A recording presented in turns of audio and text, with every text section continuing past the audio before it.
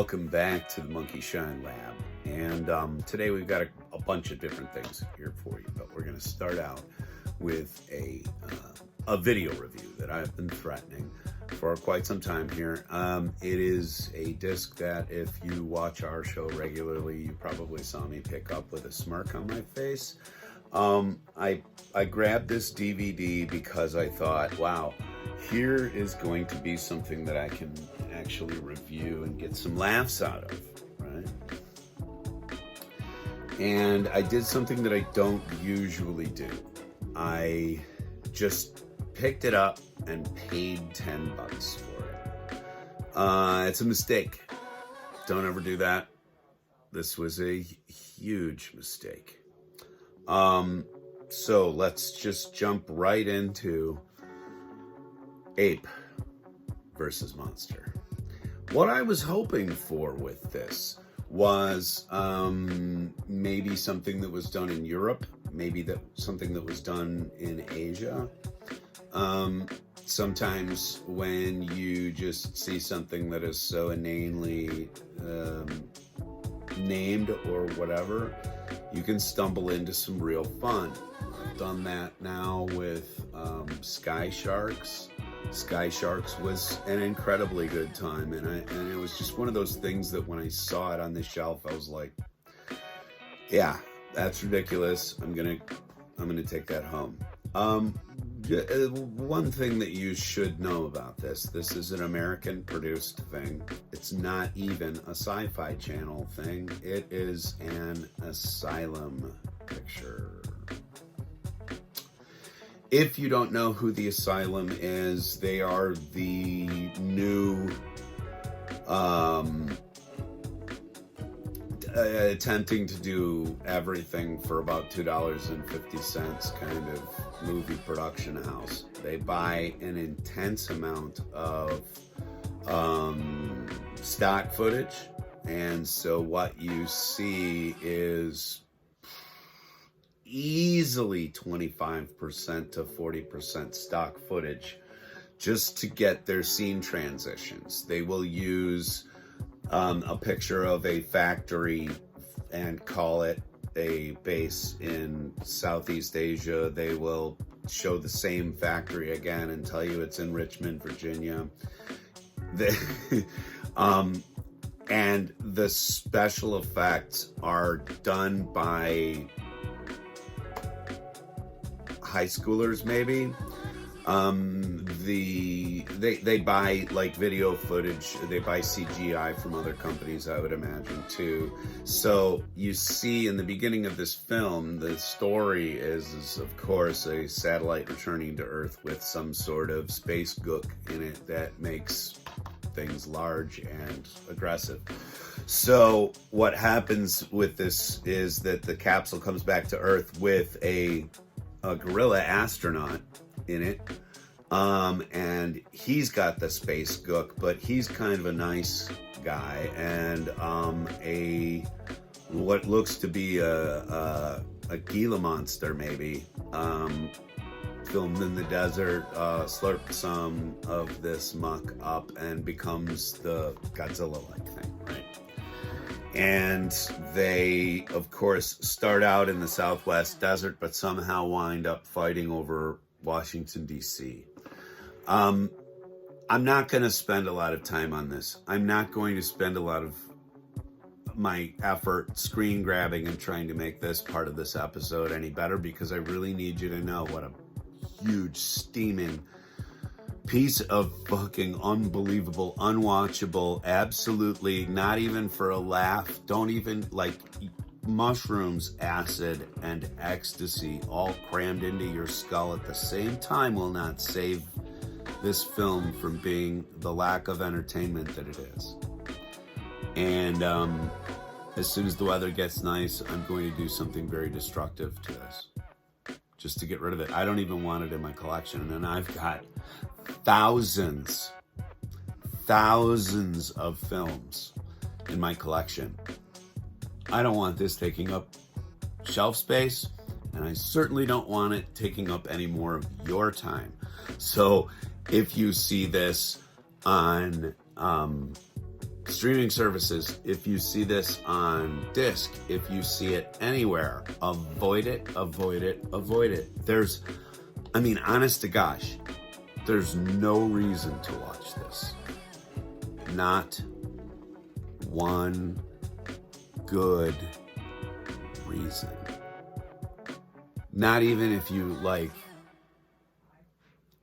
you enjoy chewing tinfoil.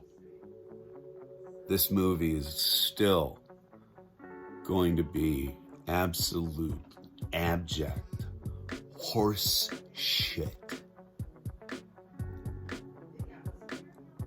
I'm gonna shoot it with my BB guns.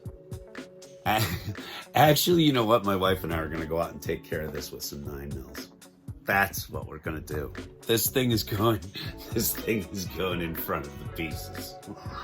We're gonna go shoot this out, and I'm going to film it. So stick around, because in the very near future, my wife and I are going to go out into the countryside, and we're going to shoot this full of holes. Yes. Okay. Show idea. Here we go. Anyway, let's do something different. I don't want to waste another second of your life until we shoot it full of holes. Just stay tuned. I'm going to open a few more cards because I want to get them out of the packaging and get them into my car case, get them out of my way until I want them in my way. So we're going to do a quick couple cars here. And as usual, what I'll do is I'll let you look at the package a little bit, open the bubble, give you that whole experience. And then afterwards, I will line them up and kind of give you a little flyover without my yapping. So anyway, here we go. My wife picked this up for me. This is a really early version of the Honda Civic, and this is from like 1976. And I cannot tell you folks how many times I sat in the back seat of this car. A friend of mine, Tony DiFiore, used to drive one. So, Tony, if you're still out there, if you're watching me, shout out, dude, because we had us some times in that car. Doing all the stupid crap your parents hoped you wouldn't be doing. Anyway, I really love these little cars. If you've watched me do this before, you know that I actually love the little go-karts. I do. I drive a go-kart. And I enjoy it. I bought it because it resembles a go-kart. But anyway, there's the early edition Civic, and the post going right through the back is the only really unfortunate part of this, I think. But the funny thing about it is that it feels as cheap as the real deal, which is kind of cool. Anyway, next up, I'm going to pop this open because it says that its special feature is that it will hold a minifigure, and you can clip them on to various, I don't know if you can see that, but you can put minifigures in here doing a variety of different things off of this little pedal car. So I'm going to break open the pedal car, and I'm going to put one of my minifigures in it, and so we'll do that. But first, we're going to get it out of the package. By the way, if you have watched some of Andre's shows lately, he actually opened some stuff. I was very proud of him. He almost pulled up the switch, but he did actually open a few cars, which was interesting to see. Something different, something new, Andre. Like it.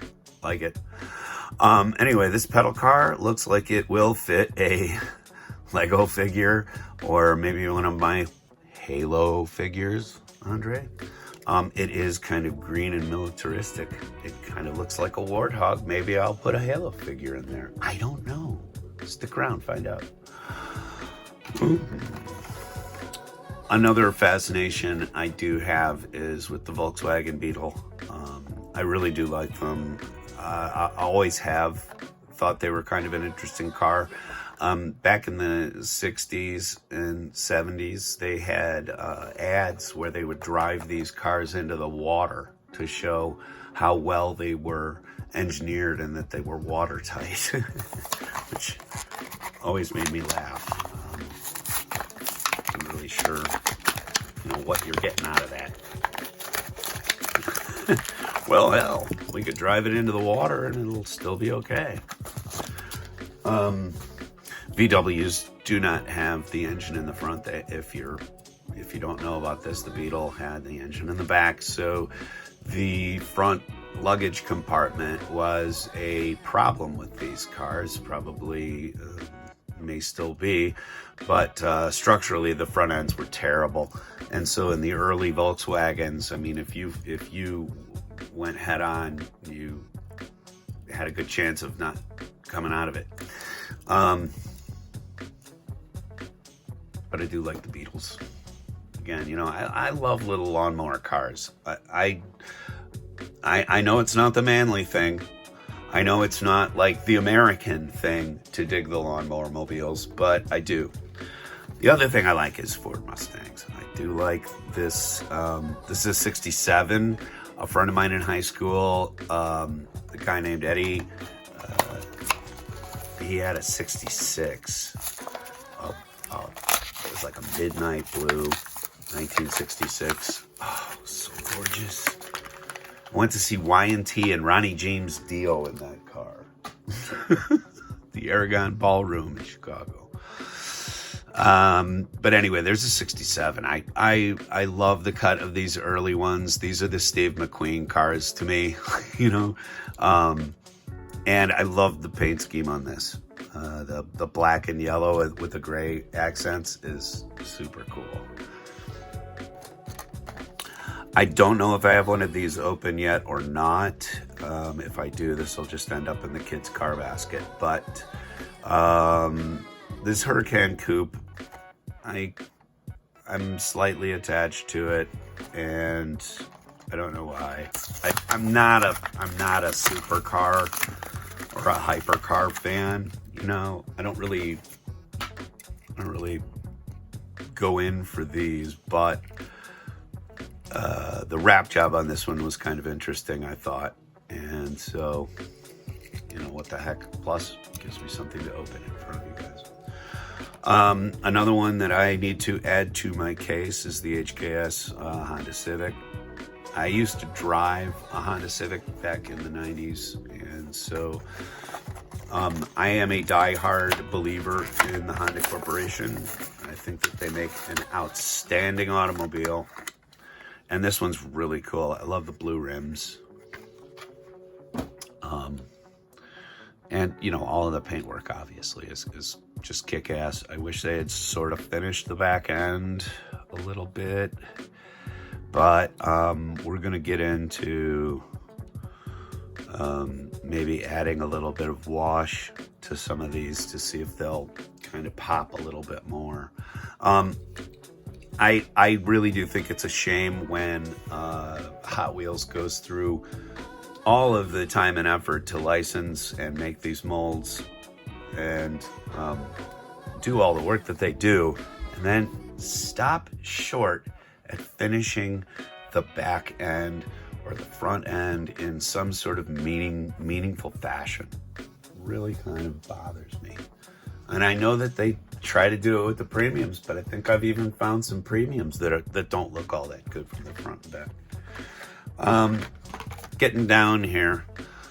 So if you're sick of diecast, we're going to finish this up pretty soon. But a 71 Plymouth Roadrunner is an absolute must. If you've never ridden in one of these cars, just slamming the door is an experience of rattling and unbelievable rattle traps, these cars.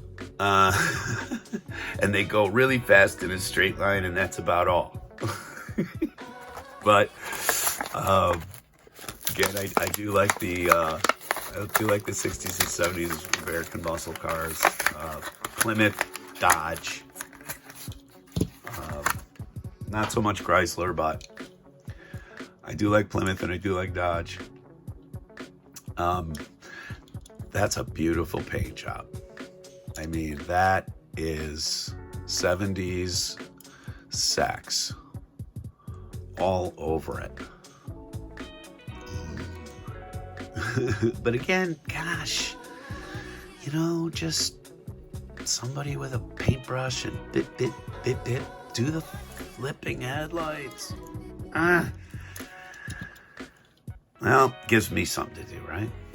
Gives me a purpose.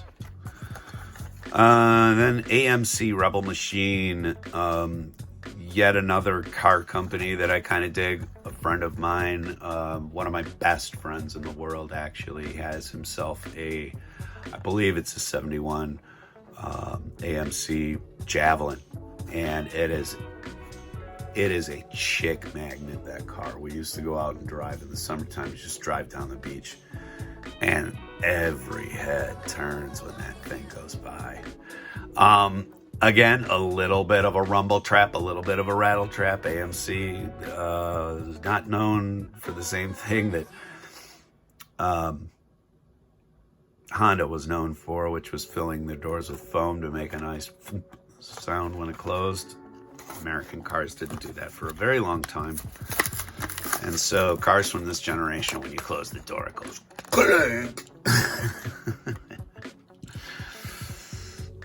And so there's the AMC. All right. Now, a little flyby without my yapping and etc. And then we're going to get on to something else that Uncle Andre sent us.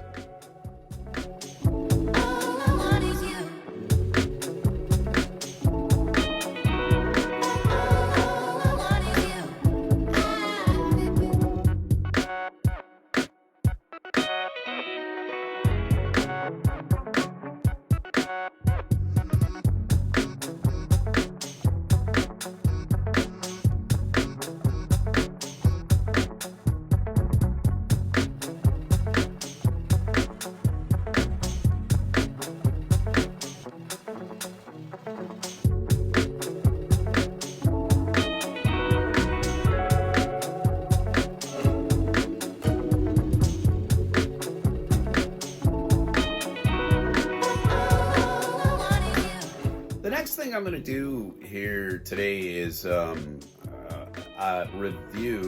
and review a set of action figures that Andre from the first 117 sent out to me. We're having a little bit of a pissing contest, if you will, between our channels in terms of products and stuff like that. So we're kind of goofing on each other here and there and sending each other some funny stuff. But this is something that he sent that wasn't meant to be a joke or anything like that. So I don't want anybody to feel that way as I talk about this and or open it. But we're going to talk about the Professor X and Magneto set, which came out early last year, I believe. This set has basically Magneto and Professor X, and you can set them in any of the time periods of films because they give you James Marsden's faces, they give you Ian McKellen's faces, they give you what's the guy who plays Magneto Young? I'll put it across the bottom of the screen. I can't remember right now. Michael something. But I mean, it's a neat set. So let's get this open and take a look at one of the few sets you're going to see where it ever actually addresses somebody who's handy-capable with Professor X. If you are unfamiliar with the X-Men universe, you must be under a log somewhere, honestly, because the last 25 years or so has been absolutely filled with Sony X-Men films. So these characters should probably, if you're a nerd of any sort, these characters should be fairly familiar to you. But if they're not, Professor X, this guy here on the side, Professor Xavier, is a good mutant. He has all sorts of telepathic abilities. And Magneto here is his polar opposite, if you will. Professor X believes in the possibility of mutants being accepted one day, and Magneto believes that mutants will never be accepted. And the beautiful thing about Marvel Comics that I found almost immediately the difference from that to DC is that Marvel always invested their characters with flaws, always gave them very human emotions. You know, Superman did good and kept his moral compass for decades without a problem, ever. They started to make him a more realistic character when Marvel succeeded in these ways of making their characters more human and therefore more accessible. I always enjoyed the fact that the X-Men sort of talked about the indifference of modern and conforming society not to deal with those unlike them. And, you know, if you look at the wide paintbrush of that, you're talking about race relation. And so from a very early age, Stan Lee, his writers and artists, all let me know that the world that I was seeing in the 60s and 70s on the news and things like that was actually real and it did matter, and that people could come up with solutions to that in a comic book.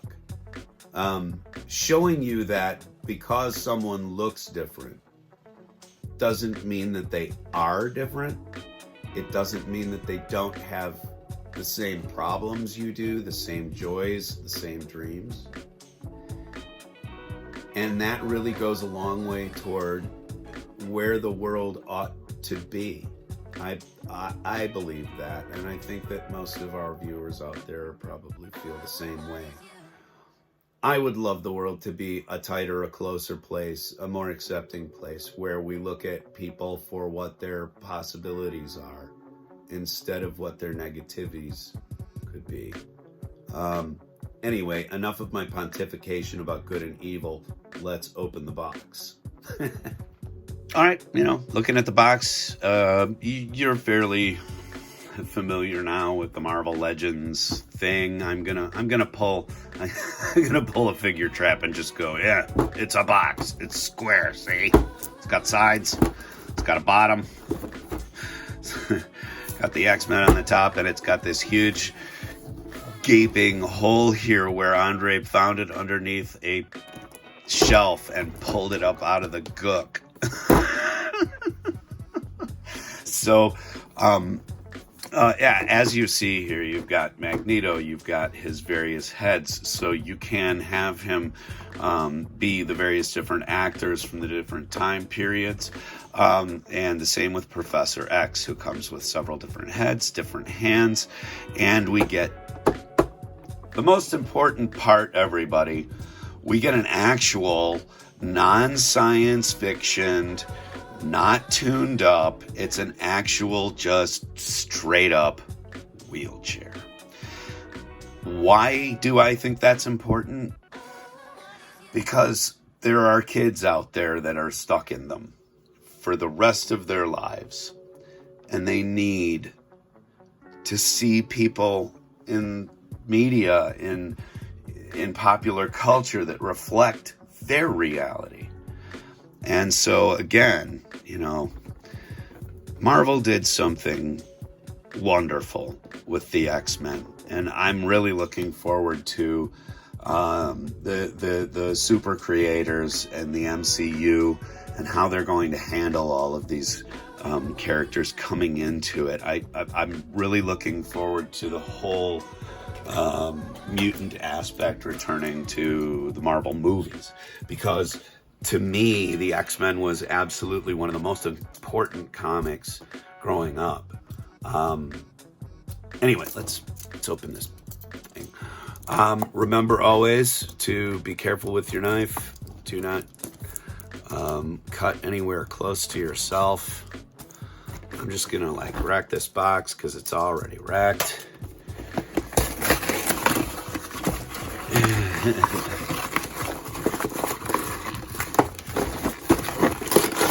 This is for Rob.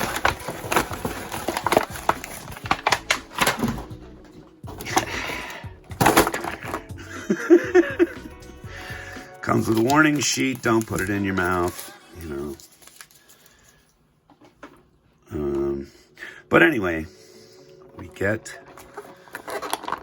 an actual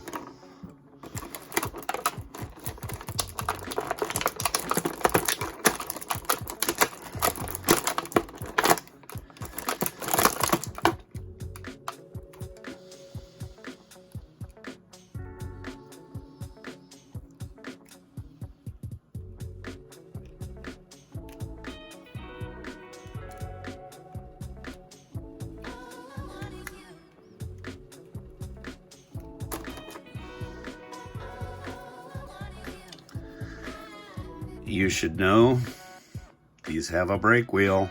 They have particular sides that they go.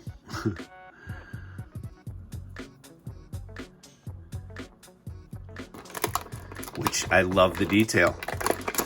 Having those handrails on there, that's a severe detail to miss. So I'm glad those are on there. Pop this together. Got a little bit of, oops.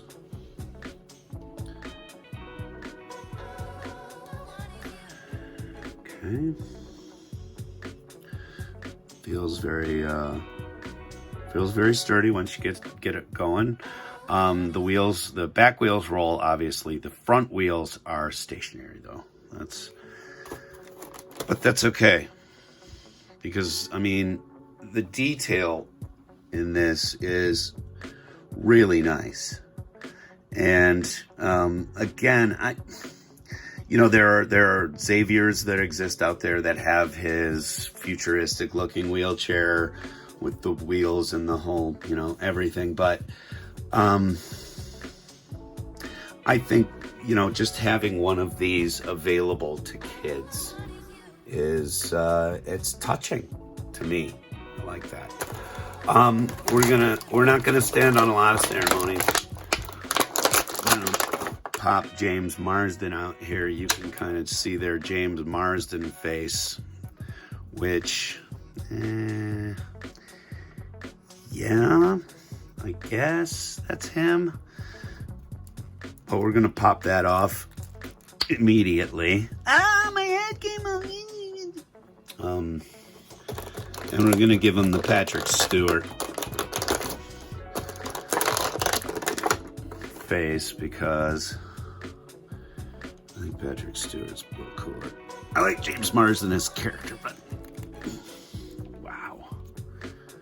Okay, might have to heat you up. Okay. Putting his head on there. It looks good from the front. Fairly good from the side, but boy, do you get a big old shelf off the back of his head if you don't look at him too head on. But anyway, let's just take a look at Patrick Stewart there. He looks great. I like it. And he comes with different hands. Right now, he's sort of giving he's got his sort of his thinking hand up. He usually sort of puts that to his head, and that's when he's, telepathizing. But they come with several other hands, and so let's see how he rides. Character fits in the chair very well. They could have shortened the feet pieces a little bit because his feet don't quite match down there when he sits in the chair, but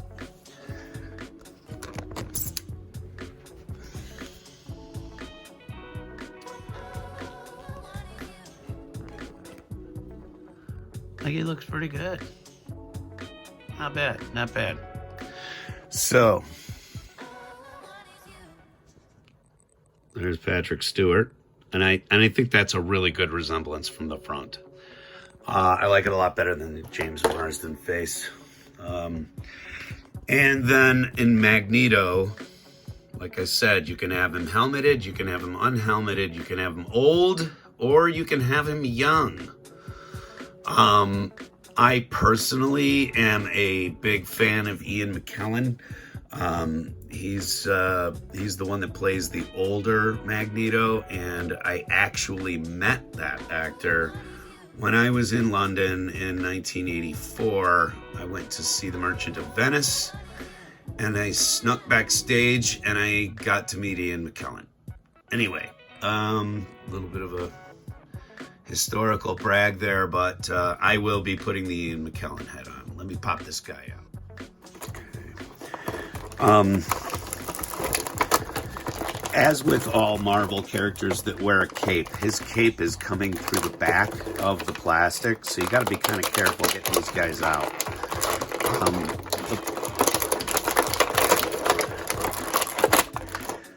These capes are they're durable, but they also, they can be damaged. Take a look at his helmeted face, his angry expression. Then he's got a mild face, and then you've got the two. Same with Ian McKellen. You've got him helmeted and non-helmeted. I'm gonna go with the non-helmeted.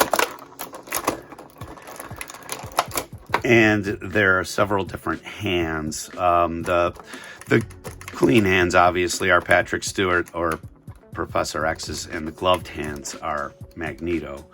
But let's get this older head on. Let's see how he looks. That looks pretty good. It looks fairly like him from head on. Not so much from the sides. I do like how this head sculpt meets with the neck better.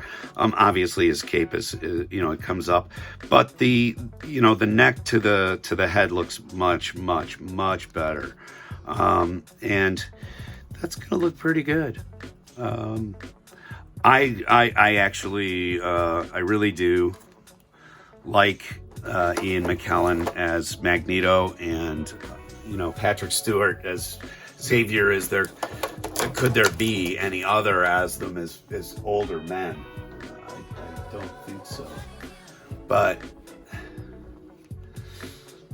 here you've got the two.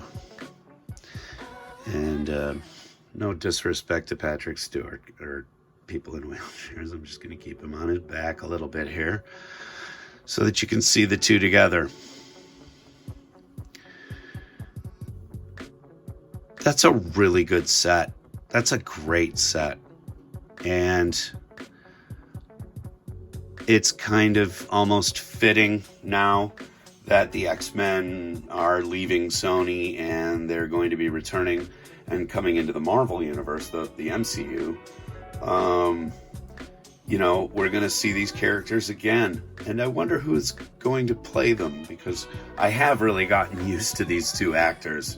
As well as James Marsden and oh gosh, what's the guy's name? This is gonna kill me. Anyway, the one thing that I have learned in life is that everything changes when you get involved with comic books. You realize that there are going to be different artists, there are going to be different writers, and they're going to take their own spins on things for a little while. So there are entire decades of comics that I don't like a set of characters because of the artist or the writing that was going with them at the time. The universe, everything about the universe and everything about our planet here is in a state of flux, a state of change. Remember that everything changes. And if you don't like the way things are right now with something, hang loose, because those characters, they'll change.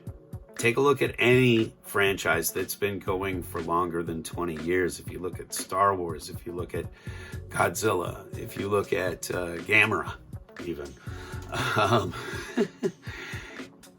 everything changes. Get used to that. Embrace it.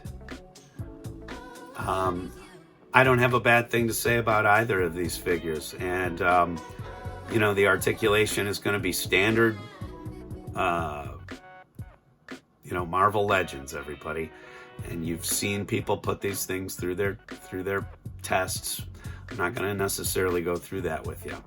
But what I am going to say is thank you very much to Andre and the First 117 for being so generous and also being oddly in touch with what makes people smile. I don't know what it is about you, Andre, but you do people a lot of good.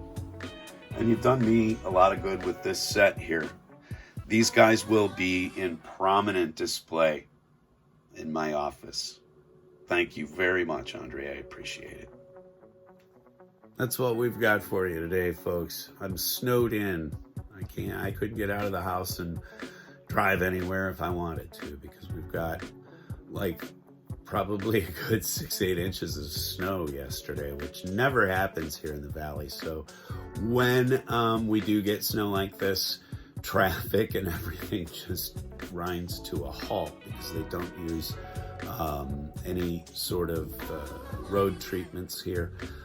We have no salt, we have no nothing, so you really kind of wait for winter to unfreeze so that you can drive on some of the funhouse roads we have around here. But anyway, so I had to sit in my office today and come up with a couple of things to film. I hope that's okay. I will be getting back out into the world very soon. It's just that, you know, we're experiencing a little bit of a snow day today. So I hope you had some fun with what we were doing. Anyway, I would like to say thank you very much for tuning into the Monkey Shine Lab. And remember, over at the First 117, we are running a charity drive. We have a huge table full of Hot Wheels, premiums, super treasure hunts, regular treasure hunts, 5-car sets, all sorts of stuff. And each raffle entry is $1, and you can win probably well over $150 worth of diecast. So please come back over to the First 117 and enter in the raffle that he is getting entries on.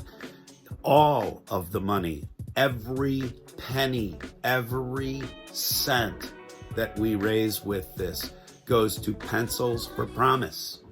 It is a charity which buys school supplies for kids who desperately need it. So please enter often, enter as much as you can possibly enter, because if you put in $5 on this raffle, if you put in $5 and win, you're still going to be well over $95 ahead of the thing. So if you're only thinking about what you'll win, it's worth it. Trust me, it's worth it. I just sent a bunch of stuff to Andre.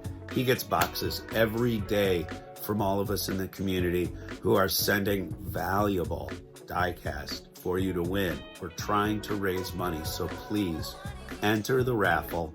Raffle ends on January 6th, I believe. Not entirely certain on that. I'm sorry, Andre. I'll get this information straight. But please, folks, please, the First 117, look into his channel and enter the raffle. You don't have to subscribe. You don't have to do anything. Just enter the raffle, please.